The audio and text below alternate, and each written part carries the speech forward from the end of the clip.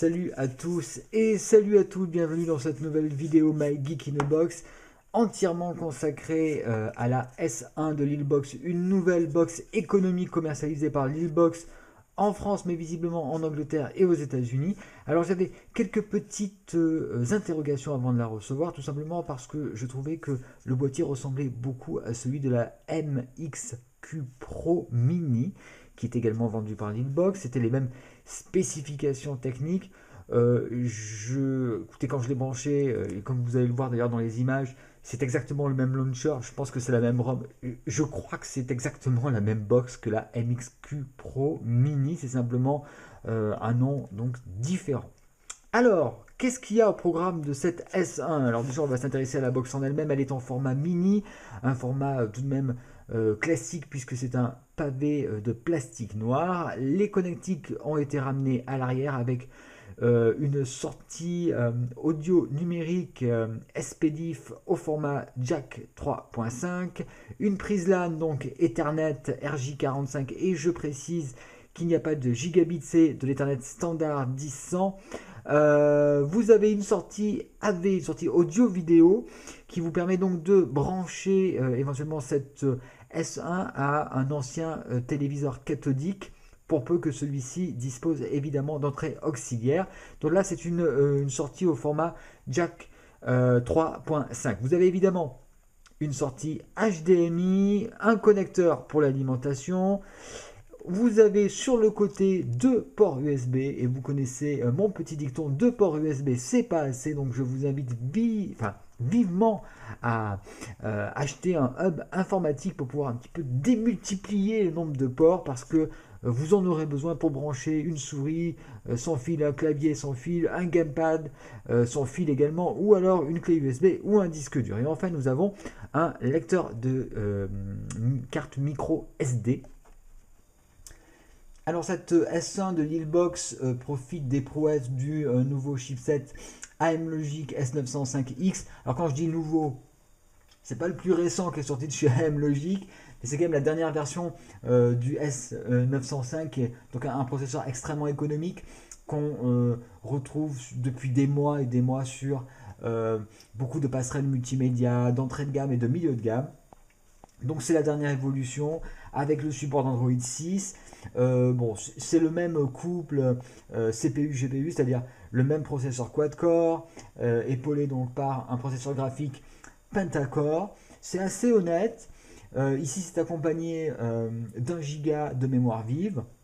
Pas extraordinaire non plus. On est sur de la box budget, hein, comme je disais tout à l'heure.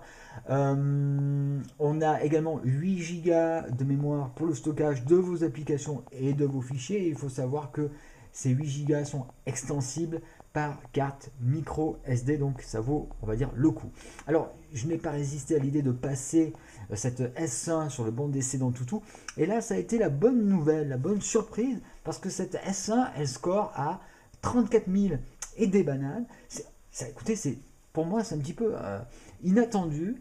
Et du coup, même si je pense que ce ne sera pas forcément une box destinée à un usage vidéoludique, donc aux jeux vidéo en 3D, je pense qu'il sera quand même possible de s'essayer. D'ailleurs, je vous ai fait une petite démo de jeu pour que vous voyez que cette S1 s'en sort plutôt très bien.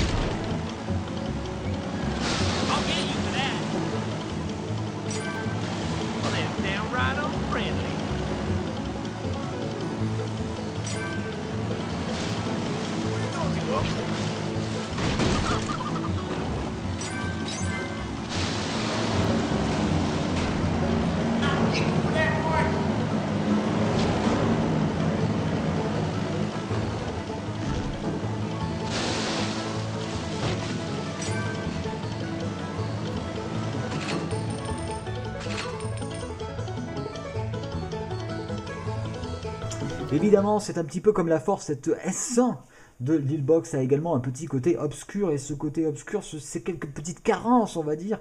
Il n'y a pas de Bluetooth, hein, ça c'est un petit peu dommage. Il n'y aura pas non plus de Wi-Fi 5G, hein, c'est une simple bande 2,4G. Il n'y a pas de gigabit, hein, bon, on s'en passera, on va dire une mémoire de stockage un peu limite. Et puis, alors, je dois le dire, hein, voilà, il faut dire ce qui est. Il y a quelques petits problèmes de stabilité sur Kodi. Donc ça, c'est un petit peu général sur toutes les box en ce moment qui sortent sur Android 6 avec du chipset S905X. Kodi 16.1 est pas super stable, il éjecte un peu comme on dit, donc je vous conseillerais presque de désinstaller la version de Kodi Jarvis pour installer une bêta de Krypton qui sont relativement stables. Alors attention, il faut s'y faire, il y a un changement d'interface, mais néanmoins vous pouvez quand même revenir à Confluence, hein, en installant Krypton. Donc ça c'est bon à savoir, c'est la seule chose qui me gêne un petit peu dans cette box. Maintenant au niveau du rapport qualité-prix, franchement, pour ce qu'on demande une box, vous ne pouvez pas franchement vous tromper, donc je vous la recommande. Alors il y a un lien, même il n'y a pas un lien, il y en a plusieurs liens pour télécharger pour acheter, pour accéder à Amazon directement sur la fiche produit, que ce soit en France, aux États-Unis, en Angleterre. Ça se passe sous cette vidéo dans la description. Et puisque vous y êtes, allez, faites-moi plaisir, vous me mettez un petit like et vous vous abonnez à cette chaîne pour plus de reviews vidéo et pour plus d'unboxing. Je vous dis à très bientôt parce qu'il y a des trucs énormes qui arrivent, des trucs énormes. Restez connectés. Ciao.